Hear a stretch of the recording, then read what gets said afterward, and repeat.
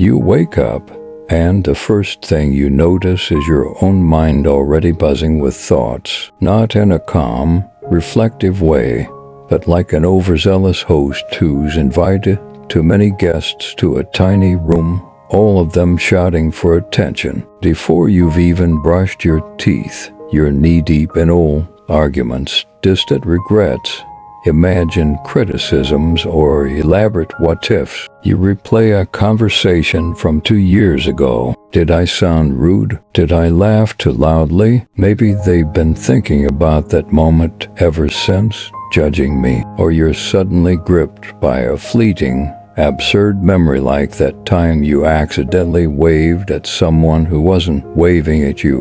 Why does that still sting as if it happened yesterday? There's a kind of frantic energy to these thoughts, as though by chewing on them just a little longer you'll find an answer. Spoiler alert, you never do. It's like trying to solve a Rubik's Cube blindfolded with one hand tied behind your back. Frustrating and utterly futile. Yet, there's a strange comfort in it, a familiarity, like an old song you don't even like, but somehow know all the words to. If this feels like a page torn from your mental diary, you're not alone. Obsessive thinking has a sneaky way of making us believe we're the only ones trapped in this endless loop. It's isolating, exhausting, and paradoxically self-sustaining. The more we think, the more trapped we feel. And the more trapped we feel, the more we think. The human mind, for all its brilliance, has a bit of a glitch. It's great at solving external problems, fixing a leaking pipe, planning a vacation, figuring out how to microwave leftover pizza without ruining it. But when it turns inward, it often stumbles. Instead of clarity, it churns out doubt, fear, and self-recrimination. We end up trying to think our way out of emotions, which is a bit like trying to fix a broken heart with a hammer. What's really happening here? Why do we get so stuck? Well, obsessive thinking is less about the thoughts themselves and more about the emotions underneath them. It's a clever, albeit dysfunctional, distraction. Instead of sitting with uncomfortable feelings, fear, sadness, shame, we latch onto a mental puzzle, one that feels urgent and solvable. The irony is, it's neither. Take, for example, the classic obsession with how we're perceived by others. Did they think I sounded stupid? Are they mad at me? These thoughts aren't really about other people. They're about our own fear of rejection,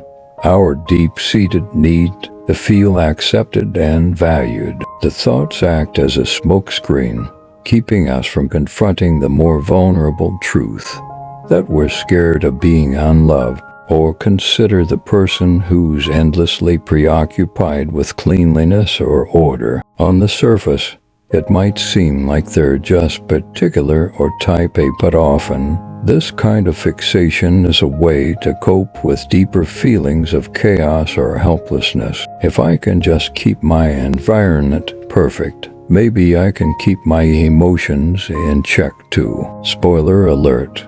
It doesn't work. The mess outside might be manageable, but the storm inside doesn't go away. What's fascinating and heartbreaking is how universal this is. Across cultures, across generations, our minds are wired to avoid pain, even if it means running in mental circles forever. But here's the kicker. The very act of avoidance creates more pain. It's like trying to hold a beach ball underwater. The harder you push it down, the more forcefully it pops back up. So what do we do? The answer, as counterintuitive as it sounds, is to stop running, to turn toward the discomfort instead of away from it. This is where modern psychology, especially mindfulness and acceptance-based approaches, offers profound wisdom. Mindfulness teaches us to observe our thoughts without judgment, to notice them as they arise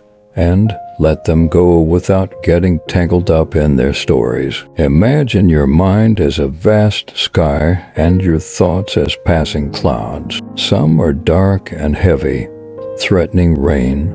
Others are light and wispy. But no matter how many clouds appear, the sky remains unchanged. It doesn't cling to the clouds or try to push them away. It simply allows them to come and go. This practice, while simple in theory, is transformative in practice. It creates a kind of psychological distance between you and your thoughts, reminding you that you are not your mind. You are the observer of your mind. This shift in perspective is liberating. It's like stepping off the treadmill after years of running in place. Suddenly, you realize there's a whole world beyond the gym. But mindfulness is just one piece of the puzzle. To truly break free from obsessive thinking, we also need to confront the emotions we've been avoiding. This is where self-compassion comes in. Instead of berating ourselves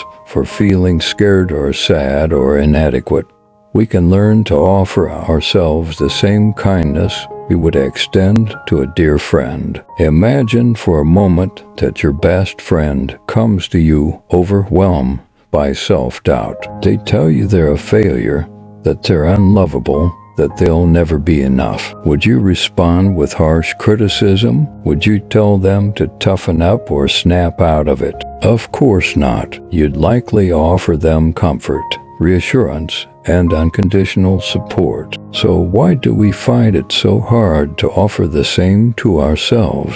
Self-compassion is not about letting ourselves off the hook or wallowing in self-pity. It's about acknowledging our humanity, recognizing that struggle and imperfection are universal, and giving ourselves permission to feel what we feel without judgment. This might sound soft or indulgent, but it's actually incredibly powerful. When we approach our pain with kindness instead of resistance, it loses its grip on us. It's like holding a frightened child. The more you try to shush or scold them, the louder they cry. But if you pick them up, hold them close, and say, "It's okay, I'm here," they start to calm down. The same is true for our inner child, the part of us that's scared, hurt, or ashamed. It doesn't need fixing. It just needs to be held. This journey of turning toward our emotions,